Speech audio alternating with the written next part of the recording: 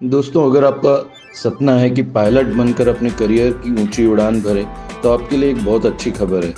एक रिसर्च के अनुसार इंटरनेशनल एयर ट्रांसपोर्ट एसोसिएशन ने यह दावा किया है कि आने वाले 3 सालों में मतलब 2027 तक भारत में सिर्फ कमर्शियल एयरलाइंस के अंतर्गत ही 7,000 नए पायलट्स की आवश्यकता है। इसके अलावा जो प्राइवेट स्पेस में जो आवश्यकता होंगी वो अलग है। अब मैं आपको बताता हूँ एज अ करियर काउंसलर कि पायलट बनने के लिए आपकी बेसिक रिक्वायरमेंट्स क्या क्या होती हैं। तो भैया ऐसा है, 10वीं के बाद आपको गणित विषय लेना होता है, फिजिक्स केमिस्ट्री मैथ्स पढ़ना होता है और 12वीं में न्यूनतम 50% अंक लेकर पास होना पड़ता है। इसके बाद पायलट बनने के लिए 2 तरीके की ट्रेनिंग लेनी होती है। डीजीसीए से मान्यता प्राप्त होती है ट्रेनिंग, ग्राउंड ट्रेनिंग कहते हैं, और फ्लाइट ट्रेनिंग। और अधिकतम 200 घंटे की ये ट्रेनिंग लेने के बाद ही आपको कमर्शियल पायलट का लाइसेंस मिलता है। 200 घंटे से अगर आपने कम ट्रेनिंग की है, 60 घंटे की ट्रेनिंग अगर की है आपने, तो आप प्राइवेट पायलट लाइसेंस ले सकते हैं। और इसकी शुरुआत जो होती है, सबसे पहले आपको स्टूडेंट पायलट लाइसेंस लेना होता है। ये सारे लाइसेंसेस आपको डीजीसीए से मिलते हैं। यानी अगर आपको प्राइवेट हवाई जहाज उड़ाने हैं तो 60 घंटे की ट्रेनिंग, और कमर्शियल जो हवाई जहाज है उसको पायलट या कप्तान बनकर उड़ाना है तो 200 घंटे की ट्रेनिंग लेनी होती है। हाँ, यहाँ पे बात ख़त्म नहीं होती। सारी ट्रेनिंग लेने के बाद आपको 2 तरीके के मेडिकल लाइसेंसेस लेने होते हैं। आपका बहुत विस्तृत तरीके से मेडिकल जांच होती है।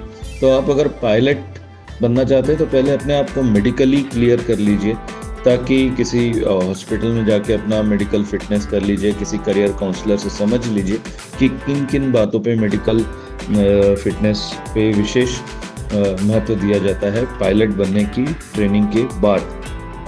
अब बात आती है कि भारत में पायलट की ट्रेनिंग के लिए अच्छे संस्थान कौन से हैं।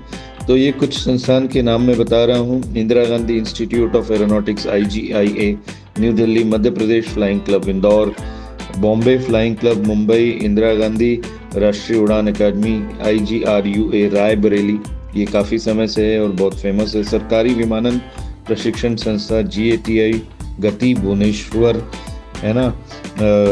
और हमारे छत्तीसगढ़ रायपुर से बहुत करीब है गोंदिया, जहाँ पे राष्ट्रीय उड़ान प्रशिक्षण संस्थान NFTI है। यहाँ पे भी जाके आप अपना रजिस्ट्रेशन करा सकते हैं। और जैसा मैंने शुरुआत में कहा कि आने वाले 3 साल में 7,000 पायलट्स की रिक्वायरमेंट, सिर्फ कमर्शियल पायलट्स की रिक्वायरमेंट है। अभी आप देखते हैं तो air India, Indigo, spice jet, Vistara और शायद कुछ नई कंपनियां हवाई सेवाओं में और प्रवेश करने वाली हैं, वहाँ पे भी रिक्वायरमेंट होगी।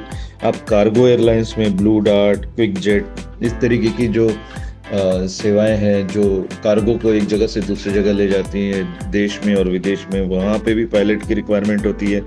आजकल चार्टर प्लेन्स शुरू हो गए हैं, चार्टर हेलीकॉप्टर शुरू हो गए हैं, वहाँ पे भी पायलट्स की रिक्वायरमेंट होती है। सरकारी और रक्षा सेवाओं में पायलट्स की रिक्वायरमेंट होती है। और आप फ्लाइट इंस्ट्रक्टर भी बन सकते हो इतना सब करके, क्योंकि जितने नए पायलट्स बनेंगे उनको आप ट्रेन कर सकते हैं। सो दोस्तों, पायलट बनना एक अपने आप में बहुत सारे बच्चों का ख्वाब होता है। मैंने एक ब्रीफ में आपको जानकारी दी है कि पायलट कैसे बना जाए। अगर आपको बहुत विस्तृत में समझना हो कि पायलट बनने की मेरी क्षमताएं हैं कि नहीं, मेरी अभी क्षमता है कि नहीं, तो आप myaglaakadam.com पे जाइए, अपना साइकोमेट्रिक असेसमेंट करिए, या 8889914621 पे हमसे संपर्क करिए। हम आपको पूरी तरह प्रॉपरली साइंटिफिक प्रोसेस से करियर काउंसलिंग करके बताएंगे कि आपके लिए पायलट बनना कितना सही करियर होगा और इसमें आपको क्या क्या आगे करना पड़ेगा। Wish you all the best. This is doctor Ajit Varvandkar, career counsellor and psychologist, myaglaakadam.com।